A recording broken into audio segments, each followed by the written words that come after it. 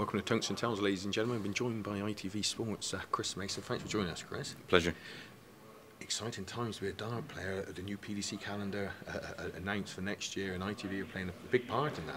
Yeah, exciting time to be a part of their commentary team and just involved. Yeah, it's really, really exciting, and for the players. Yeah, that's it. A few weeks ago we had the Masters. What a fantastic tournament that was! And of course the final, it just you couldn't if you wrote a script, that'd be pretty much how you'd want to write it. You know, you had to feel for Merv, but great for James and great for darts really, because it was a unexpected final. Yeah. Where, you know, no disrespect to the two guys that were in the final, but you know, it's been pretty dominated by Phil or Merv. So it was it was really good and such a privilege to be part of it. Yeah, that's it. And of course, talking of ITV, we're looking on a couple of weeks' time. We're at Minehead at Butlin's. That's a cracking tournament. Yeah, it is great. It is great. 4,000 people sold out.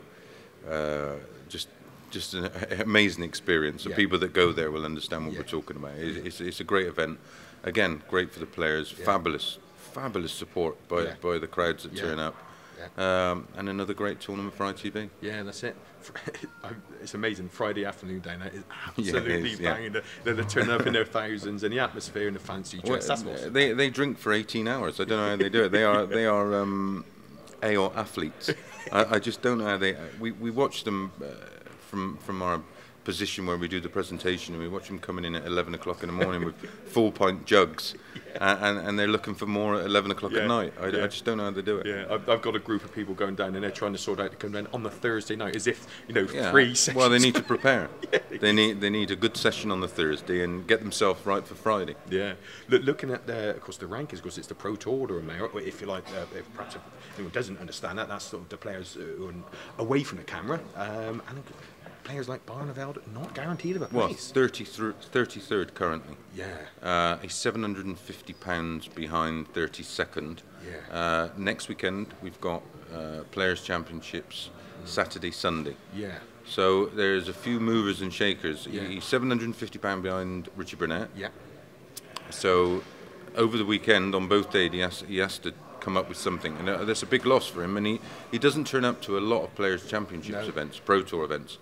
And that might cost him, because this is the last event before the Worlds. Yeah. It's your sort of your final preparation, really. Yeah. Whatever goes wrong in a couple of weekends' time, you got time to put right. If you're not there, then you're going to go into the Worlds cold. I think he's made a bit of a mistake, but only he knows. Yeah, that's it. And of course, because of the seeding, I mean, looking at maybe the first round, if he does sneak in the 32, it could be a Gary Anderson or Michael Van Gogh in the first round. Exactly. Well, you got Phil down at 9th. Yeah. You know, that's a dangerous floater.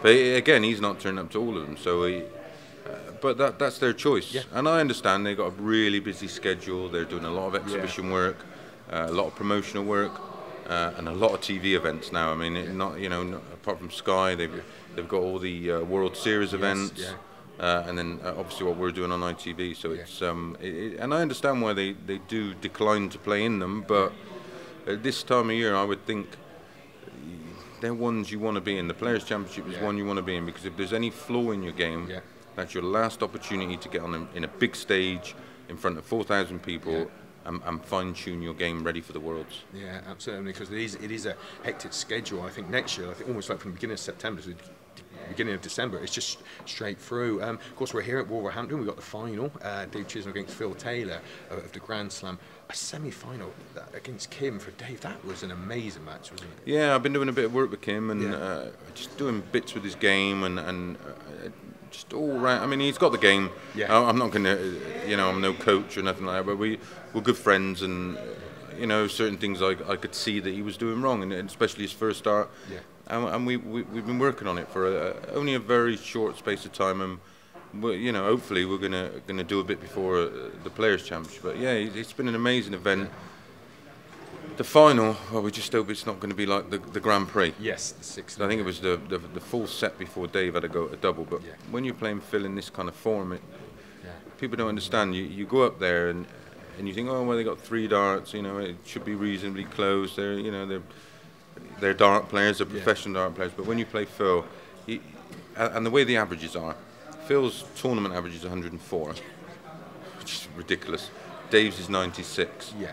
So more or less Phil is going out in 12, 13, 14 or 15, Yeah. where the majority of Dave's are 16 plus. Yeah. So Phil's got a throw on you. Yeah. Yeah. And that's so hard to negate. It's almost impossible. Yeah.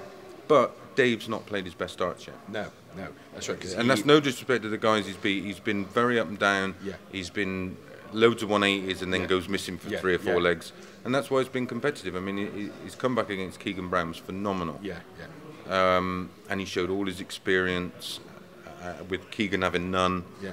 But, obviously for Keegan, he's brand new. Yeah. He's a learner. Yeah. The final, I hope it's good. Yeah. I hope it's good and I hope it's competitive. And I think if Dave turns up and he's relaxed, he's got nothing to lose. No. He's not expected to win, and he's got to go there with that attitude and just let his throw be free. Yeah. And when his throw is free, no one hits 180s like him. No. When that first start lands, If the first one's in, it's a 180. Yeah. 140 at least. Yeah. And to beat Phil, you have to do that. You have to keep him under pressure, take your chances, jump on his mistakes, and they're few and far between. Yeah, and because part of that 104 plus average for Phil was the fact that over 50% success on his doubles. I mean, so if he's... Well, that's what kills you as a player. When you play him, if you make a mistake, you get punished. Yeah. Against other players, you've seen in the Kim Dave semi-final, they both made mistakes. Yeah. They weren't often punished for them. Occasionally, but you can get away with it. Against a normal player, you can get away with little mistakes. It's not an issue. You don't, when someone wants sort of, the 110 from Chisholm in that semi-final was make it 14-all. It was a match winner. Yeah. That was the turning point. That was the pivotal moment in the whole game. But usually you sort of got a player around 100 to 121. It's a 50-50 gamble. Yeah. Then they're not going to get it. You don't feel that under pressure. Against Phil, if he gives you a shot at 70 to 120, it's almost a must. Yeah. And if you don't take them opportunities, when Phil's been beaten recently, he's been put under pressure by players taking them shots out. Yeah. And if you do that, you can get him on the back foot a little bit. Yeah. And that is the only way you're going to beat him. When he has been beaten, people have been giving him chances. In my era, we couldn't take them chances. There was too much emphasis on it. We wanted to win too badly. And then we ended up with emotional damage, or as the internet boys like to call it, in the back pocket. And I was one of those that was firmly in there. No, that's great. Well, like I said, it is fantastic seeing other players making finals, and there's a lot of runners now in these tournaments who actually win it. So, okay then. Well, Chris, thank you very much for your time. We'll see you at the Players' Championship at Butlin. Take care, mate. Ladies and gentlemen, I'm Paul Starr, now with Chris Mason. Thanks for joining us on TungstenTales, giving you the sharp end of world darts.